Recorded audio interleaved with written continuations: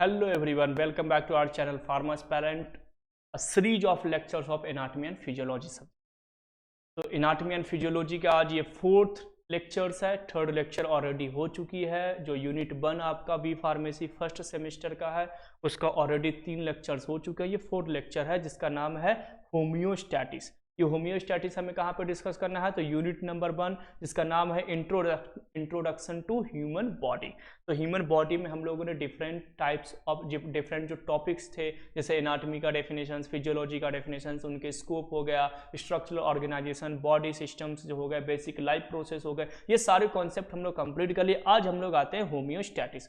बहुत इंपॉर्टेंट और बहुत ही अच्छा कॉन्सेप्ट है हमारी बॉडी से रिलेटेड। होम्योस्टैटिस एक्चुअली क्या होता है, आपने देखा होगा कि जो ऑर्गेनिजम्स होते हैं, आपने पढ़ा भी होंगे क्लास 12th में, जिसमें एमिग्रेशंस, माइग्रेशंस, ये सब आपने कॉन्सेप्ट पढ़े होंगे। अलग अलग केसेस में कन्फर्म होते हैं, कुछ रेगुलेटर्स होते हैं। तो होम्योस्टैटिस क्या होता है, तो हम बेसिकली अपनी बॉडीज की अप्लाई करते हैं एनाटॉमी एंड फिजियोलॉजी को।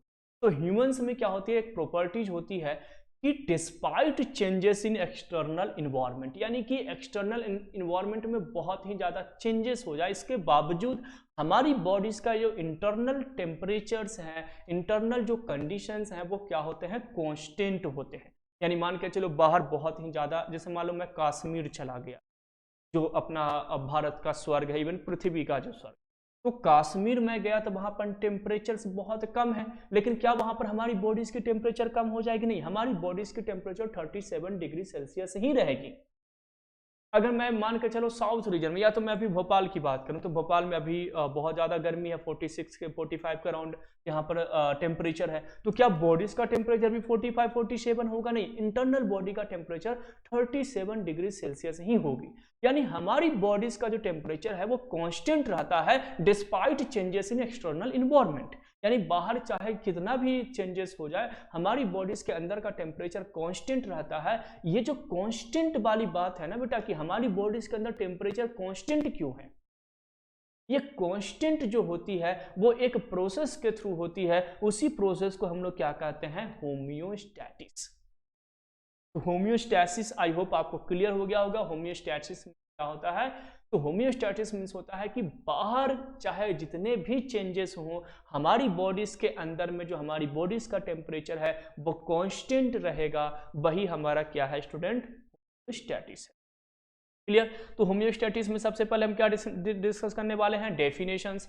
सेकेंड हम डिस्कस करने वाले हैं कंट्रोल सिस्टम। कंट्रोल सिस्टम का मतलब है कि कंट्रोल कैसे, यानी जो होम्योस्टैटिस है कैसे वर्क करता है, कैसे हमारी बॉडीज के अंदर में पीएच को मेंटेन रखता है, कैसे हमारी बॉडीज के अंदर में ब्लड ग्लूकोज मेंटेन रहता है, कैसे हमारी बॉडीज के अंदर में ब्लड प्रेशर मेंटेन रहता है। इन सब की जो रेगुलेशंस होती है उसके बिहाइंड कोई ना कोई एक कंट्रोल मैकेनिज्म होगा जो इन चीजों को क्या करता होगा, कंट्रोल करता होगा। तो उस कंट्रोल मैकेनिज्म्स को बेसिकली हम लोग क्या करेंगे, डिस्कस करेंगे कि कौन कौन से ऐसे सिस्टम है जिसके थ्रू बॉडीज जो है वो इंटरनल टेम्परेचर्स को, इंटरनल फ्लूइड कंसंट्रेशन को, इंटरनल पीएच ऑफ फ्लूइड को, या इंटरनल ब्लड प्रेशर्स को, इंटरनल ब्लड ग्लूकोज लेवल्स को, इंटरनल वाटर इलेक्ट्रोलाइट बैलेंस को मैनेज करता है या मेंटेन करता है। उन कंट्रोल मैकेनिज्म्स को बेसिकली फिर हम क्या करेंगे, डिस्कस करेंगे, जिसमें पॉजिटिव फीडबैक और नेगेटिव फीडबैक मैकेनिज्म डिस्कस करेंगे।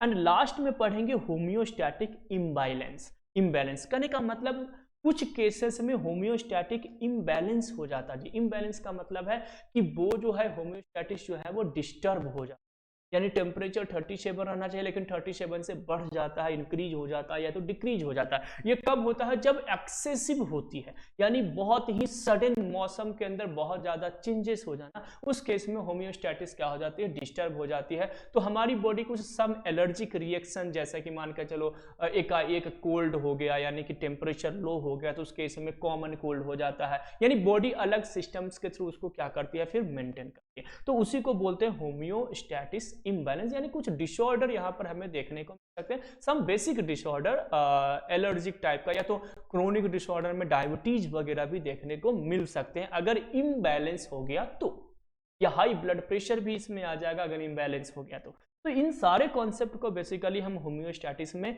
डिस्कस करने वाले हैं। तो सबसे पहले क्या डिस्कस करते हैं, होम्योस्टैटिस का डेफिनेशन, कि what is the definition of homeostasis. तो homeostasis simply it is homeostasis defined as the process by which internal body, याद रखेंगे स्टूडेंट, है ना, internal body temperature and other physiological process is constant despite changes in external environment.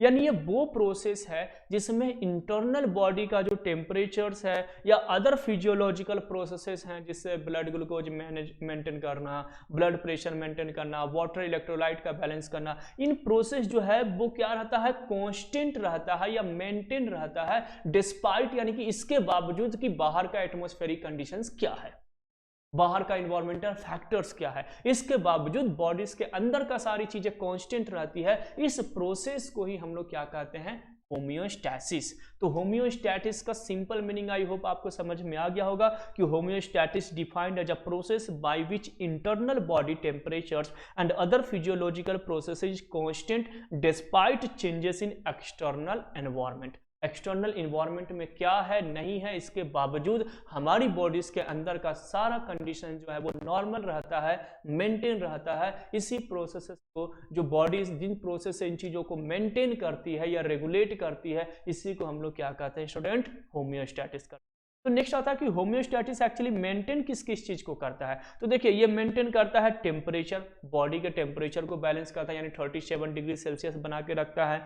Water and electrolyte concentration को maintain करता है, यानी water और electrolyte का कंसंट्रेशन कितना होना चाहिए, ये मेंटेन कौन करता है, होम्योस्टैटिस। ब्लड ग्लूकोज लेवल, यानी ब्लड के अंदर जो 70 to 100 mg पर डेसीलीटर जो ब्लड का और ग्लूकोज का लेवल है वो मेंटेन कौन करता है, होम्योस्टैटिस। ब्लड प्रेशर यानी 120/80 mm of Hg systolic upon diastolic, जो नॉर्मल ब्लड प्रेशर है वो मेंटेन करता है अपना होम्योस्टैटिस।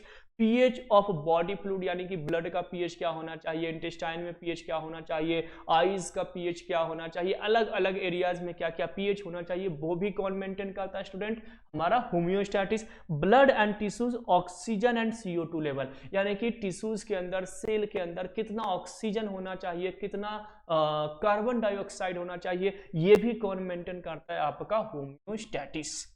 It's clear. तो होम्योस्टैटिस का डेफिनेशन क्लियर हो गया, और होम्योस्टैटिस के थ्रू हमारी बॉडीज के अंदर में कौन मैकेनिज्म प्रोसीड होते हैं, आई होप आपको ये भी समझ में आ गया।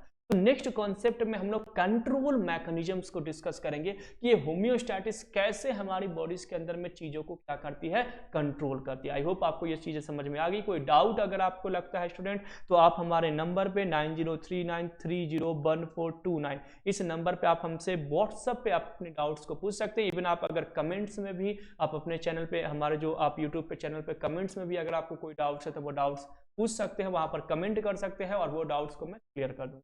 आई होप आपको ये सीरीज ऑफ लेक्चर्स बहुत पसंद आ रहे होंगे, और अगर आपको ये लेक्चर्स पसंद आ रहे हो तो प्लीज़ आप अपने जूनियर्स को, अपने कलीग्स यानी जो आपके क्लासमेट्स, चाहे वो BSc नर्सिंग कर रहे हो, GNM कर रहे हो, ANM कर रहे हो, B फार्मेसी कर रहे हो, बैचलर ऑफ फिजियोथेरेपी कर रहे हो, MBBS कर रहे हो, तो उन जरूर सेंड कीजिए, ताकि उनके तक ये जो हमारा सीरीज ऑफ लेक्चर जो फ्री ऑफ कॉस्ट में प्रोवाइड किया जा रहा है फार्मा पेरेंट की तरफ से, वो आपको मिल सके। Thanks for watching pharma parent.